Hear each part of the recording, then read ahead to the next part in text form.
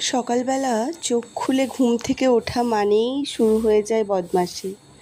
নানা রকমের দুষ্টুমি চঞ্চলতা সব মিলে একদম ঘরকে মাতিয়ে রাখে। তার সঙ্গে ৩-৪ জন মানুষকে হিমশিম খাইয়ে দেয় এই আমার পদ্মরানী।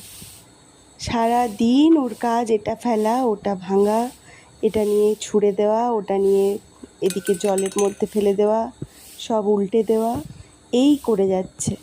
সকাল থেকে শুরু হয় একদম রাত্রে ঘুমোতে যাওয়া অবধি, ঠিক চোখ বন্ধ হওয়ার আগে অবধি। ঘুম নেই বললেই চলে প্রায়।